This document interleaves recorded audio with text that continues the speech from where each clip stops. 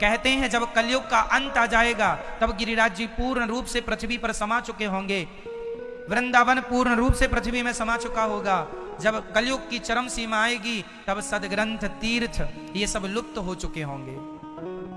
जब सदग्रंथ लुप्त हो जाएं, तीर्थ लुप्त हो जाएं, भक्तों का कोई अता पता ना रहे, सब व्यभिचारी हो जाएं, मांसाहारी हो जाएं, घर घर गाय कटने लगेगी, घर घर मांस कटने लगेगा, लोग अपनों को मार मार के खा जाएंगे। जब कलयुग का अंत आएगा तो बहन बेटियों के साथ बड़ा दुराचार होगा।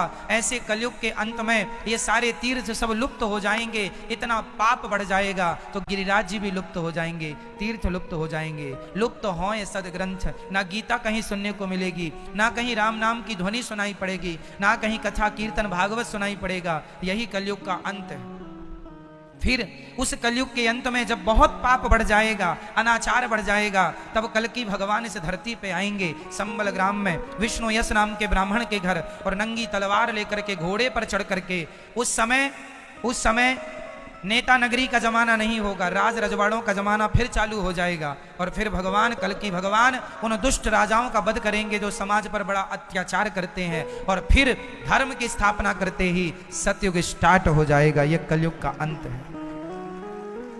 अभी कलयुग के अंत होने में बहुत समय है। अभी केवल 5,500 साल हुए हैं कलयुग के, जबकि कलयुग की टोटल आयु है 4,32,000 वर्ष। बहुत उम्र है। कलयुग के अंत में आदमी छोटा सा हो जाएगा। कलयुग के अंत में इतनी गर्मी होगी कि आदमी बिल्कुल जलने लग जाएगा। शास्त्रों में ये लिखा है कि जो बारिश में सड़क के किनारे घास होती है ना, बारिश के समय पे आदमी इतना छोटा छोटा हो जाएगा कि उस घास में भी गुम हो जाएगा कि कहाँ चला गया। इतना छोटा इंसान कद का छोटा हो जाएगा। आज भी तो छोटे से हो गए। सतयुग में आदमी 20 फीट का होता था। सतयुग का आदमी कितने फीट का होता था? 20 फीट का होता था। त्रेता आया 15 फीट का हो गया। द्वापर आया 10 फीट का हो गया। कलयुग आया 5-6 के बीच में कहानी है। हाँ या ना? बहुत कम लोग हैं जो बहुत कद में लंबे हैं, छोटे छोटे से। कलयुग का अंत आएगा तो इससे भी आधे 2.5 फीट का रह जाएगा आदमी। आज भी बानबूट मिल जाएंगे आपको कई जगह देखने को, छोटे छोटे लोग। हाँ या ना? ये कलयुग की शुरुआत है, छोटे छोटे लोग होंगे। उम्र भी कम हो जाएगी। सतयुग के लोगों की उम्र 1,00,000 साल थी। त्रेता में लोगों की उम्र 10,000 वर्ष थी। द्वापर में 1,000 वर्ष, सतयुग में 1,00,000 वर्ष, कलयुग में केवल 100 वर्ष। अब 100 में भी शतक कोई लगा नहीं पा रहा है। जो आपकी दादी नानी है उसने तो शतक लगा ली। अब आज हमारे जो अपनी पीढ़ी अब बढ़ेगी, ये तो 70 मुश्किल है पहुंच जाए, 80 मुश्किल है पहुंच जाए। क्यों? पिज्जा बर्गर खा के थोड़ी कोई 70 पार करेगा। शुद्ध घी खा के 100 तक पहुंच जाते थे, शुद्ध खान पान खा पी के। बुढ़ापे तक हड्डियां मजबूत थी। अब पिज्जा बर्गर से कोई हड्डियां मजबूत होती हैं? पहले तो भरपूर दूध पीते थे, घी खाते थे तो शरीर में शक्ति रहती थी। आजकल तो लोग पता नहीं क्या क्या खाते हैं। तो ये कलयुग है। इस युग में बड़ा अनाचार, बड़ा अत्याचार बढ़ता जा रहा है। भगवान तो हर युग में आते हैं, कलयुग में भी आएंगे, कल्कि भगवान बन के आएंगे। जब कल्कि भगवान जब आएंगे तो आएंगे, पर अभी ये समझो कि भगवान हमारे सामने भागवत बन करके आ गए हैं। दुनिया को भागवत मिले ना मिले, हम बड़े खुश नसीब हैं कि हमें भागवत श्रवण करने को मिल रही है।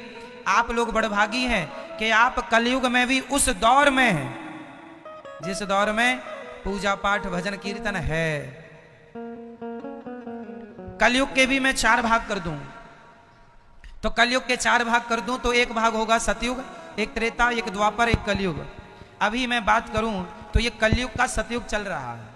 कलयुग में भी सतयुग जैसा तो नहीं, पर सतयुग सा कुछ देखने को मिलता। भजन कीर्तन अच्छाई।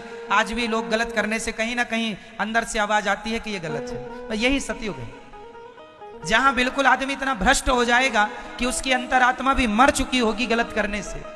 वो घोर कलयुग होगा।